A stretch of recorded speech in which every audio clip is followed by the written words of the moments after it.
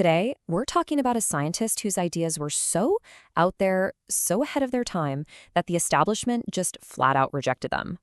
But here's the thing. Those same ideas ended up becoming the bedrock of modern science. And in a really stunning way, they actually predicted the world we're all living in today. So let's just jump right in with a question. Who do you think was the first person to actually run the numbers and figure out that burning fossil fuels would warm up the Earth? You're probably thinking of a modern climate scientist, right? Someone from, say, like the 1980s, with all the satellites and supercomputers. Well, you'd be wrong. It wasn't someone from our time. We have to go way, way back. I'm talking before space programs, before most people even had electricity in their homes. The person who did it was a Swedish chemist named Svante Arrhenius. And get this, he did it all by hand with just pen and paper through thousands of tedious calculations. And he did it all the way back in 1896. So let's unpack how he pulled this off and who this incredible mind really was. Okay, so first up, we've got to understand why he was even looking at this stuff in the first place. Believe it or not, it had nothing to do with modern global warming. He was actually trying to solve a puzzle from the ancient past. Yeah, Arrhenius was obsessed with one of the biggest geological mysteries of his day, the Ice Ages. He just couldn't figure out what could cause the planet's climate to swing so wildly, from these vast frozen landscapes to much warmer periods. His big idea? Maybe the answer was in the air itself, in the gases in the atmosphere. And what's just mind-blowing is how clearly he saw what was coming. Just a decade after his first big paper on this, he was already connecting the dots to his own time. He looked around at the Industrial Revolution, at all the coal being burned, and realized that humanity itself was becoming a force of nature, actively changing the chemistry of our own atmosphere. So that begs the question, right? How did this one guy come up with theories that were groundbreaking in not just one, but a whole bunch of different scientific fields? To get that, we need to hit rewind and take a look at his past, because his climate work was really just one piece of a much bigger and often pretty controversial career. And believe me, that career kicked off with one of the most spectacular rejections in science history. This is the story of a young rebel who just refused to back down.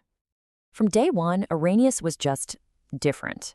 I mean, the guy taught himself to read at age 3. He was a math whiz. He graduated as the youngest and best student in his class. You'd think he was set for an easy ride, right? Well, that all changed the moment he handed in his 150-page doctoral dissertation. See, his dissertation was built around this totally radical idea. Back then, everybody knew that you needed to zap a solution with electricity to create charged particles or ions. Arrhenius came along and said, nope, the simple act of dissolving something like table salt in water is enough to make it break apart into ions all by itself. And how did the old guard react? His professors at Uppsala University basically laughed him out of the room. They gave him the lowest possible passing grade, a 4th-class degree. It was a huge slap in the face. But fast forward less than 20 years, and that exact same work won him the Nobel Prize in Chemistry. Talk about vindication. And that's the key part of the story. While his own university basically told him to get lost, the most brilliant, forward-thinking chemists across Europe got their hands on his work, and their minds were blown. They knew he was onto something huge. They saw that this young underdog had just completely rewritten the rules of chemistry. And here's the kicker. He was just getting warmed up. His brain wasn't satisfied with just one big idea. He was a connector, a unifier, who saw patterns everywhere he looked. If you've ever taken a chemistry class, you've almost certainly heard of the Arrhenius equation. He's the guy who came up with the concept of activation energy. It's basically the little push, that energy hump, that a chemical reaction needs to get over before it can really get going. It's a totally fundamental idea that explains why some reactions are fast and some are slow. But his curiosity was just boundless. He applied chemistry to everything. He came up with our modern definitions of acids and bases. He literally founded the field of immunochemistry by studying toxins and antitoxins. He even got into astrophysics, cooking up a theory for how life could travel between planets, an idea we now call panspermia. His mind just had no borders. And all of that brings us right back around full circle to the work that makes him, honestly, more relevant today than ever before. So, back in that 1896 paper, after all those hand calculations, Arrhenius figured that if we doubled the amount of carbon dioxide in the atmosphere, the global temperature would rise by about 4 degrees Celsius. Now, obviously, his methods were simple compared to what we have today, but his final number? It's shockingly close to what modern climate models predict. Think about that. What started as just a thought experiment, a way to explain ancient ice ages, has now become the central, defining challenge of our time.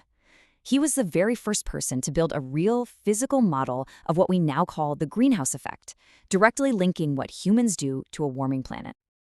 And here's a little wild footnote to his legacy. It turns out that over a century later, Svante Arrhenius is an ancestral cousin to the family of another very famous Swede who's a little concerned about the climate, Greta Thunberg. In fact, her own father is named Svante in his honor. But, and this is super important, we have to see his work in its proper historical context. Arrhenius wasn't sounding an alarm bell. Far from it. As a man of his time, he actually thought a warmer world would be a good thing. It would hold off the next ice age and make it easier to grow more food for a booming population. He was an optimist about industrial progress. And that kind of leaves us with this final, really provocative question.